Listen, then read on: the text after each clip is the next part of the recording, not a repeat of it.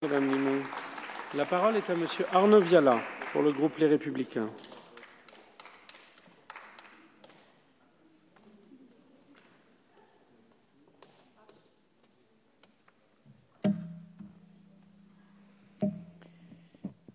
Merci, Monsieur le Président, Monsieur le Ministre, Monsieur le rapporteur, mes chers collègues.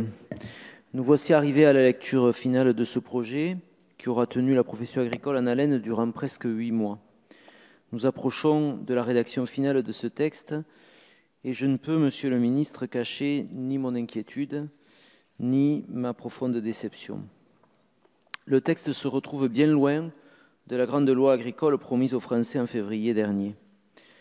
Notre président de la République et vous-même, Monsieur le ministre, aviez promis un texte fort qui assurerait un revenu pour nos agriculteurs et une alimentation saine. Je ne doute pas de votre bonne volonté à ce sujet et souligne à mon tour votre implication et le travail assidu que vous avez fourni à nos côtés tout au long de ces longues semaines. Votre texte initial, votre intention initiale était ambitieux. Ambitieux parce qu'il promettait de redresser le navire. Mais après les divers examens du projet de loi, force est de constater que le bateau coule et que l'agriculture va continuer de se noyer. Le texte a été quasiment vidé de toute substance, la majorité et le gouvernement préférant nier les avancées pourtant considérables des États généraux de l'alimentation. Les ateliers, très présents lors de la présentation du texte le 1er février, ne s'y retrouvent plus. Alors que l'agriculture a plus que jamais besoin de soutien, on regrette qu'elle soit ici abandonnée, sinon enterrée. Les prix du lait et de la viande, qui ne sont toujours pas au rendez-vous, la situation devient de plus en plus alarmante. De grandes difficultés sont à prévoir pour les mois à venir, et accompagnées des dernières actualités comme la sécheresse, on craint que les exploitants ne puissent plus faire face. Entre Brexit, diminution annoncée des dotations de la PAC, traité CETA et Mercosur, de lourdes inquiétudes planent sur l'avenir de notre agriculture. Il devenait urgent de lui donner les moyens d'affronter ces difficultés à venir. Elle avait besoin d'un texte fort et ambitieux qui se concentrerait sur les conditions de nos paysans. A contrario, on se trouve face à un texte éclaté qui défend tantôt la cause animale, tantôt l'environnement, en oubliant souvent son rôle central, le retour à l'équilibre des relations commerciales. La défense de ces causes est essentielle, mais ne peut et ne doit se faire au détriment de nos agriculteurs. En rédigeant ces quelques lignes hier soir, je me suis rendu compte à quel point cet exercice me pesait. Pour 2 raisons. D'abord parce que j'avais fondé d'énormes espoirs et que je n'aurais pas imaginé devoir venir à cette tribune pour tenir les propos que je tiens à l'instant. Et ensuite, parce que je pense toujours, ce soir, que ce texte va être le seul du quinquennat et que s'il n'est pas abouti et s'il ne remplit pas les objectifs que vous lui avez fixés, que nous avons cherché à suivre, il va être une regrettable, très regrettable occasion manquée. Je vais donc aller à l'essentiel et tenter de vous exprimer nos craintes si on devait adopter la proposition en son état actuel. Sur son titre 1, sur le volet économique, tant attendu, et quoi qu'en disent certains, nerf de la guerre dans toutes les exploitations de France, que dire? Que les mesures que contient le texte sont des demi-mesures. Renverser le processus de fixation des prix est une excellente idée, nous la prônions d'ailleurs, à vos côtés, mais ce texte contient 2 lacunes qui la priveront, à n'en pas douter, des effets bénéfiques attendus.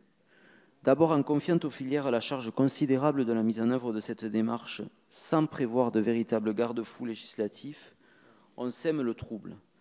Partout, et à l'approche de la période de négociation, le doute s'installe de manière irrémédiable. Quid des producteurs isolés? Quid du processus de création des indicateurs de prix et de leur opposabilité? Votre réforme non aboutie va s'avérer vaine. En cas de conflit au cours de l'élaboration du prix, malgré tous nos efforts en ce sens, vous n'avez pas souhaité doter le médiateur des indispensables pouvoirs qui seuls lui garantiraient une efficacité, à savoir la saisine des juges compétents. Comment, dès lors, imposer quoi que ce soit? Globalement, enfin, ce texte est une terrible occasion manquée de donner à l'agriculture ou de lui rendre ses lettres de noblesse en affirmant haut et fort que c'est une activité à vocation économique qui doit permettre à ceux qui y travaillent d'en vivre décemment et de développer leur structure dans le respect de leur vocation de nourrir leurs concitoyens et aussi dans le respect de leur désir de produire des produits de grande qualité. Aucune posture claire n'est prise et les propos même de M. le Président de la République à Rungis sont cruellement démentis par le résultat de nos travaux. Les dispositions concernant le processus de reconnaissance des origines des produits et de leur mode de fabrication sont aussi très fouillis et même contradictoires pour certaines d'entre elles.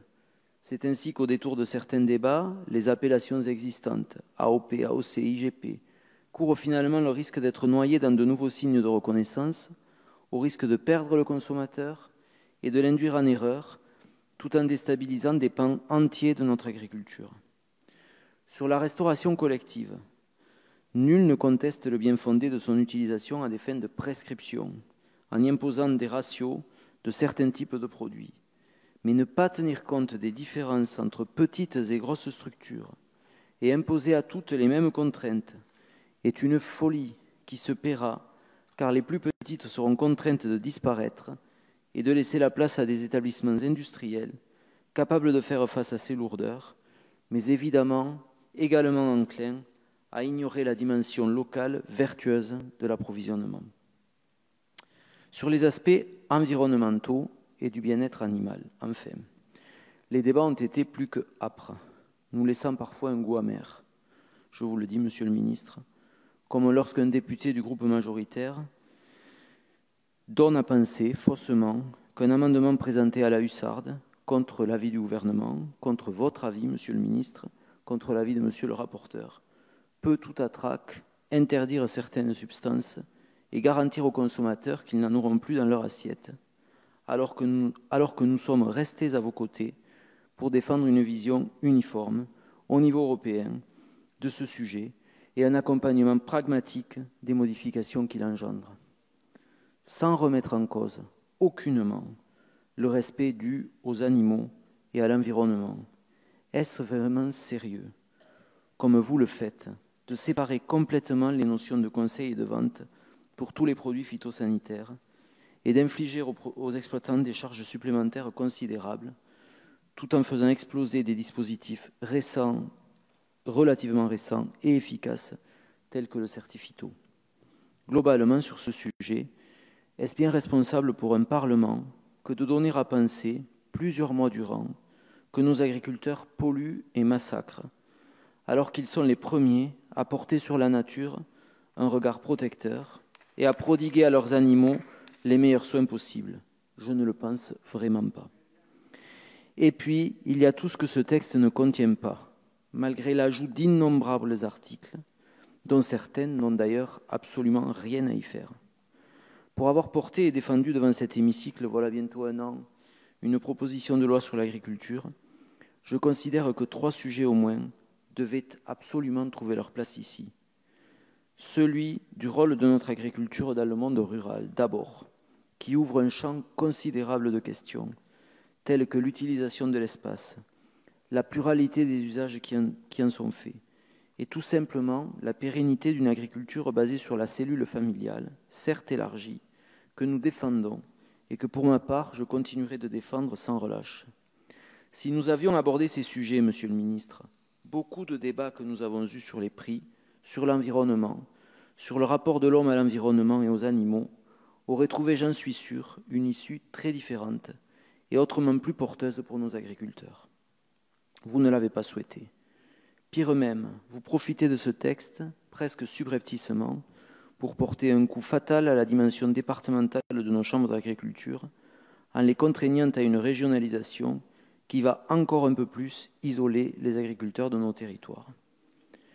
Celui de la transmission des exploitations agricoles, qui est évidemment lié au précédent, et conditionne de manière vitale le futur de nos fermes et de nos territoires. Comment faire une loi sur l'agriculture et ne pas donner de solution à ce fléau qui nous a déjà coûté tant de fermes et qui continue chaque jour de voir des sièges d'exploitation disparaître? Parler de cette difficile coexistence d'enjeux patrimoniaux, familiaux et de la transmission intergénérationnelle indispensable d'outils de travail devenus très onéreux nous aurait aussi permis d'élever le débat. Vous ne l'avez pas souhaité, préférant renvoyer à une hypothétique loi sur le foncier.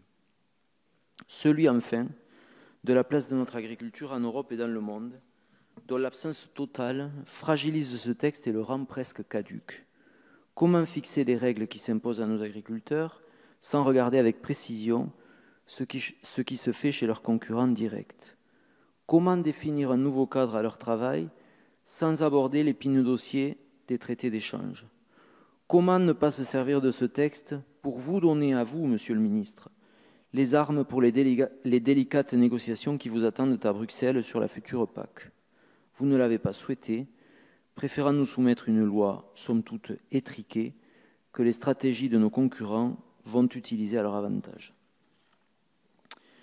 Pour conclure, Monsieur le ministre, ce texte, je l'ai dit au départ, risque fort d'être le seul texte agricole du quinquennat. Et nous avons donc à présent le devoir impérieux d'en faire un acte utile, déterminant, qui sauve nos agriculteurs et nos territoires et leur donne des perspectives. Il ne nous reste que quelques heures, quelques jours, et nous vous demandons, je vous demande, avec insistance et gravité, de ne pas nous mener à louper irrémédiablement ce rendez-vous. Je vous remercie.